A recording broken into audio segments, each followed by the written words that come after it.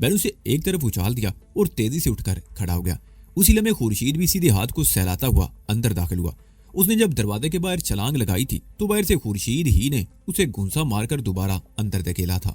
Hariri نے ابھی تک کوئی مداخلت نہیں کی تھی۔ وہ ایک طرف کھڑی بڑی خاموشی سے اس شخص کو پٹتے ہوئے دیکھتی رہی۔ وہ ہم دونوں کے درمیان فٹ بال بن گیا تھا۔ کمرے میں زیادہ جگہ نہیں تھی، اس لیے ہمارے یہ کھیل بھی زیادہ دیر تک جاری نہیں رہ سکا، اور اس شخص میں بھی شاید اب زیادہ دیر تک مار کھانے کی طاقت نہیں رہی تھی۔ اس نے دونوں ہاتھ اٹھا دیے۔ تم لوگ کون ہو اور اس طرح میرے گھر میں کیوں گھس آئے ہو؟ وہ ایک ہاتھ کی پوچھ سے ہونٹوں سے رسنے والا خون پوچھتے ہوئے بولا۔ یہ سوال تم پہلے پوچھ لیتے تو بات اتنی آگے نہ بڑھتی، میں نے جواب دیا۔ تم لوگ کون ہو؟ اس نے اپنا سوال دہرایا۔ کسی کے گھر میں اس طرح گھسنا جرم ہے، اخلاقی بھی اور قانونی بھی۔ تم صرف اس بات کا جواب دو گے جو ہم پوچھیں گے۔ میں نے اس کی بات کاٹ دی۔ یہ عورت تمہاری میری بیوی ہے یہ، اس نے میری بات کاٹ دی۔ میں نے کچھ کہنے سے پہلے اس کے منہ پر زوردار تھپڑ رسید کر دیا۔ جھوٹ بولنے کی کوشش کرو گے تو کھال ادھیڑ دوں گا، میں نے کہا۔ تم اسے نور ہوٹل سے لے کر آئے تھے، شرم آنی چاہیے تمہیں۔ میں سچ کہتا ہوں، یہ میری بیوی ہے۔ جھوٹ بولتا ہے یہ۔ وہ عورت اٹھ کر کھڑی ہو گئی۔ یہ مجھے ہوٹل سے لے کر آیا تھا، خدا کے لیے مجھے چھوڑ دو، تمہیں تو ہم پولیس کے حوالے کریں گے، فی الحال خاموشی سے بیٹھی رہو، حریری نے اسے ڈپٹ کر دوبارہ کہا۔ تم لوگ کون ہو؟ آخر چاہتے کیا ہو؟ وہ شخص بولا۔ ہمارا خیال تھا کہ پہلے تم سے یہی بات کریں گے، لیکن اب کچھ ایسی صورتحال پیدا ہو گئی ہے کہ ہم زیادہ دیر یہاں نہیں رک سکتے، تمہیں ہمارے ساتھ چلنا ہوگا، حریری نے کہا۔ کہاں؟ وہ شخص خوفزدہ سی نظروں سے باری باری ہماری طرف دیکھنے لگا۔ اگر تم ہمارے ساتھ تعاون کرو گے تو تمہیں کوئی نقصان نہیں پہنچے گا اور ہم تمہیں یہیں چھوڑ جائیں گے۔ اگر تم نے ہمیں کوئی چکر دینے کی کوشش کی تو پھر اس مکان اور اس کی ہر چیز کو آخری مرتبہ دیکھ لو، پھر شاید تمہیں یہاں آنا نصیب نہ ہو، حریری نے کہا۔ اس نے خاموش ہو کر خورشید کو اشارہ کیا۔ خورشید کمرے میں ادھر ادھر دیکھنے لگا۔ پلنگ کے نیچے اسے ایک رسی مل گئی۔ اس شخص کے ہاتھ پشت پر باندھ دیے گئے۔ میں نے کرسی پر کھڑے ہو کر الماری کے اوپر سے اپنا پستول اٹھا لیا۔ حریری کے اشارے پر وہ عورت بھی اٹھ گئی۔ وہ اب بھی خوف سے تھر تھر کانپ رہی تھی اور واسطے دے کر اپنی جان بخشی کی بھیک مانگ رہی تھی۔ کمرے سے باہر نکلتے ہوئے میں نے بتی بجھا کر دروازہ بند کر دیا۔ مکان سے باہر آ کر بھی میں نے بیرونی دروازہ بیٹ کر اوپر کی زنجیر لگا دی اور ہم پرپیچ گلیوں میں چلنے لگے۔ کار کے قریب پہنچ کر ہم رک گئے۔ خورشید، حریری اس کی طرف دیکھتے ہوئے بولی، تم اسے لے کر میرے ٹھکانے پر پہنچو۔ اگر یہ راستے میں کوئی گڑبڑ کرنے کی کوشش کرے تو اسے مار کر لاش کسی سڑک پر پھینک دینا۔ اور ہاں، وہ اس عورت کی طرف گھوم گئی، تم ہمارے ساتھ اس گاڑی میں بیٹھو۔ عورت ایک بار پھر گڑ گڑانے لگی۔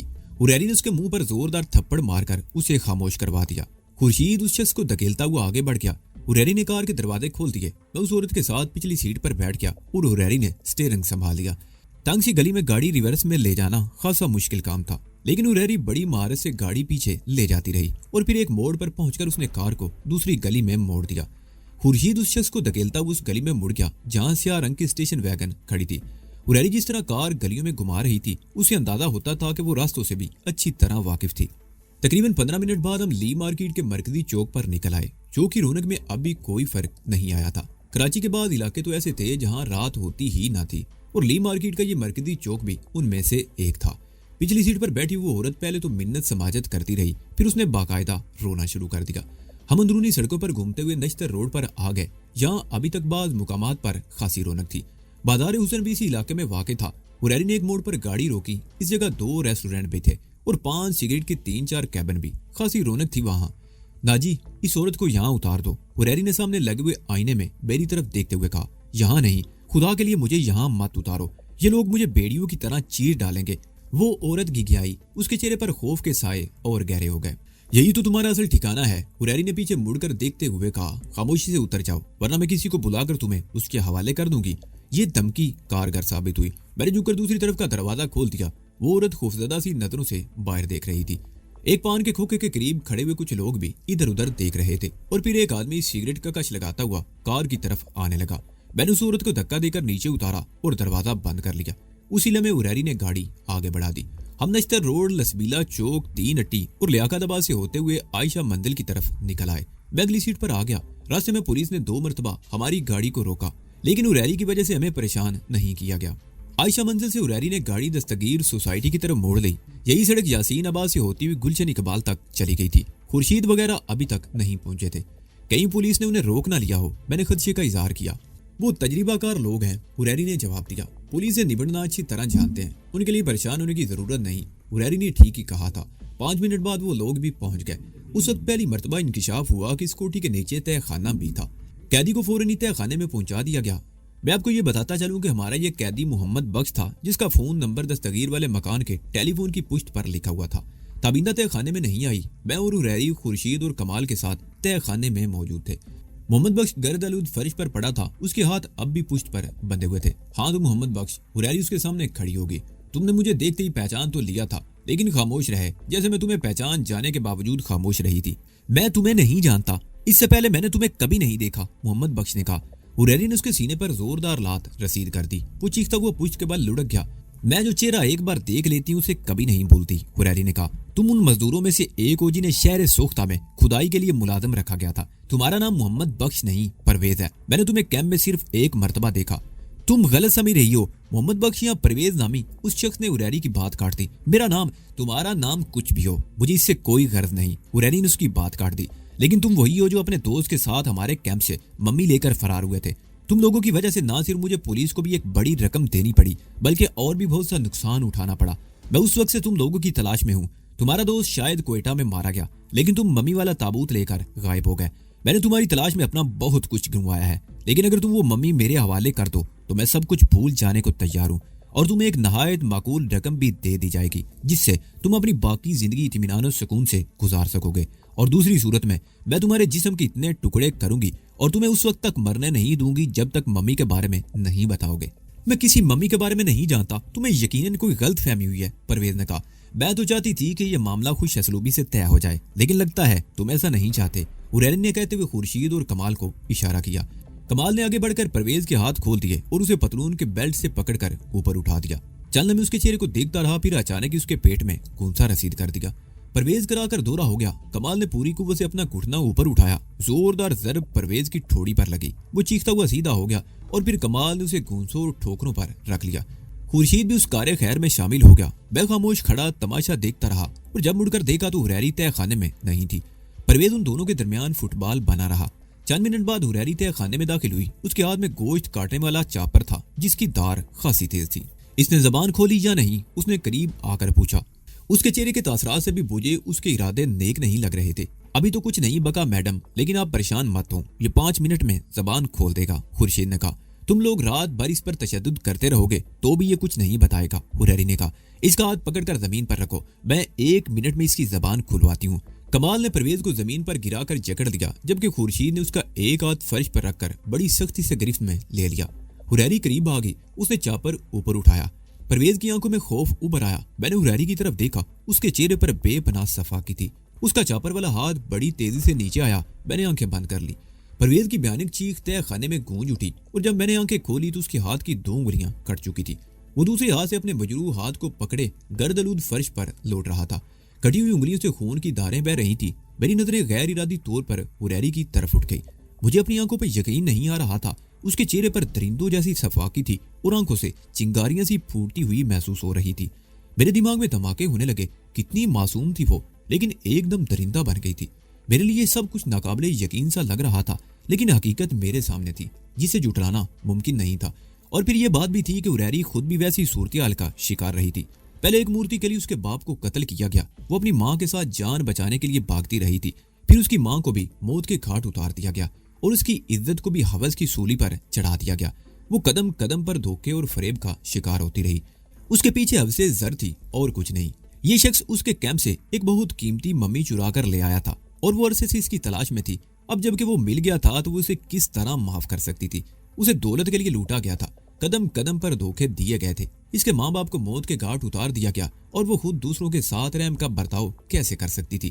اس نے تو ابھی صرف 2 انگلیاں کاٹی تھی، لیکن اس کے چہرے کو دیکھ کر اندازہ لگایا جا سکتا تھا کہ مورتی کے بارے میں معلوم کرنے کے لیے وہ پرویز کا قیمہ بھی بنا سکتی تھی۔ اس کا ہاتھ دوبارہ فرش پر رکھو، حریری گھرائی۔ اب میں اس کے ساتھ کوئی رعایت نہیں کروں گی، اس کا پورا ہاتھ کلائی سے کاٹ دوں گی، پھر دوسرے ہاتھ کی باری آئے گی۔ خورشید اور کمال نے پھر پرویز کو گرفت میں لے لیا۔ خورشید نے اس کا ہاتھ پکڑ کر فرش پر رکھ دیا۔ حریری نے چاپر والا ہاتھ اوپر اٹھایا تو پرویز چیخ اٹھا، بتاتا ہوں، رک جاؤ۔ حریری نے ہاتھ نیچے کر لیا، بتاؤ، جلدی بولو۔ وہ گرائی، ممی کا تابوت اس مکان میں پلنگ کے نیچے زمین میں دفن ہے، پرویز نے جواب دیا۔ زمین کچی ہے، تابوت بھی زیادہ گہرائی میں نہیں ہے۔ حریری ایک جھٹکے سے سیدھی ہوگی۔ کمال، تم یہیں رکو، میں تابندہ کو بھیجتی ہوں، وہ اس کے زخموں کی ڈریسنگ کر دے گی۔ اگر یہ کوئی گڑبڑ کرنے کی کوشش کرے تو گولی مار دینا، اور تم دونوں میرے ساتھ آؤ۔ اس نے مجھے اور خورشید کو اشارہ کیا۔ ہم تینوں اوپر آ گئے۔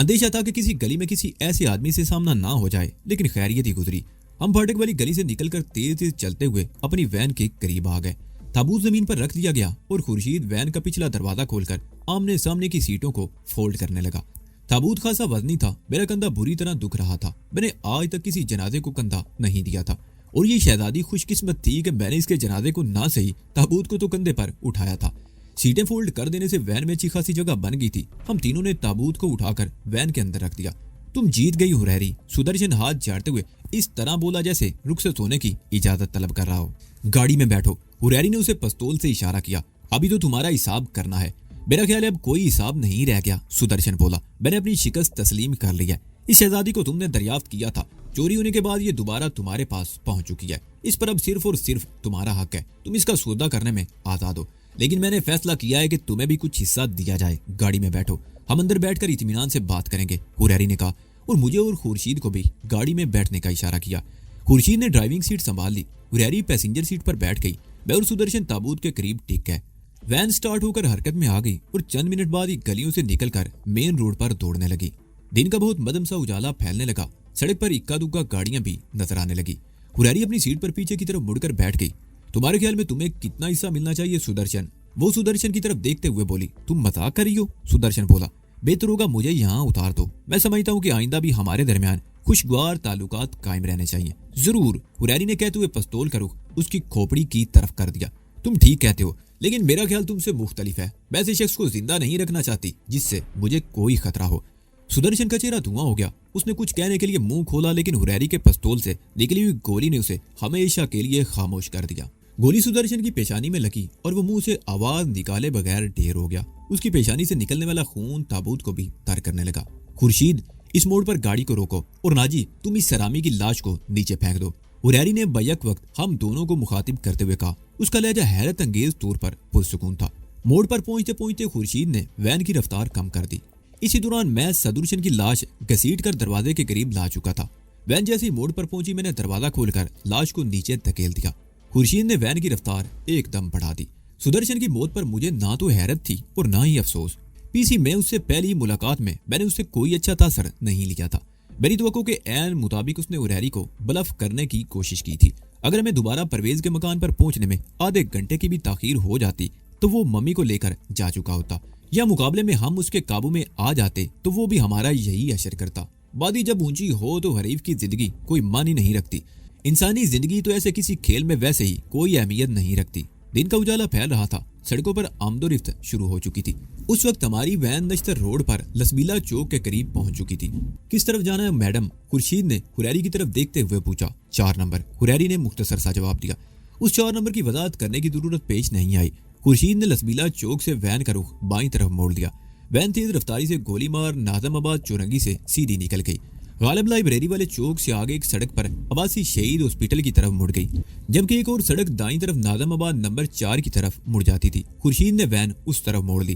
ناظم آباد نمبر 4 رہائشی علاقہ تھا۔ 240 اور 400 گز کے بنگلے تھے۔ مختلف گلیوں میں گھومتے ہوئے خورشید نے وین ایک بنگلے کے سامنے روک لی۔ انجن چلتا چھوڑ کر نیچے اترا اور جیب سے چابیوں کی گچھا نکال کر بنگلے کا گیٹ کھولنے لگا۔ اسی دوران ہریری اپنی جگہ سے ہٹ کر ڈرائیونگ سیٹ پر آ چکی تھی۔ گیٹ کھلتے ہی اس نے وین آگے بڑھا دی۔ خورشید نے برآمدے والا دروازہ بھی کھول دیا اور پھر ہم تینوں بڑی مشکل سے اس تابوت کو وین سے اتار کر اندر لے آئے۔ کچھ دیر آرام کرنے کے بعد خورشید نے ایک کمرے میں تہہ خانے کا راستہ کھول دیا اور ہم تینوں مل کر تابوت کو اس تہہ خانے میں پہنچانے لگے۔ خورشید نے کپڑا لے کر تابوت صاف کیا۔ ابنوسی رنگت کی بہت مضبوط لکڑی کا اور بہت خوبصورت تابوت تھا۔ اس پر نقش و نگار بنے ہوئے تھے جو میں ویڈیو فلم میں دیکھ چکا تھا۔ تابوت کے ڈھکنے پر شیشہ لگا ہوا تھا جس سے تابوت میں شہزادی کی ممی نظر آ رہی تھی۔ میں اس ممی کو دیکھ کر دنگ رہ گیا۔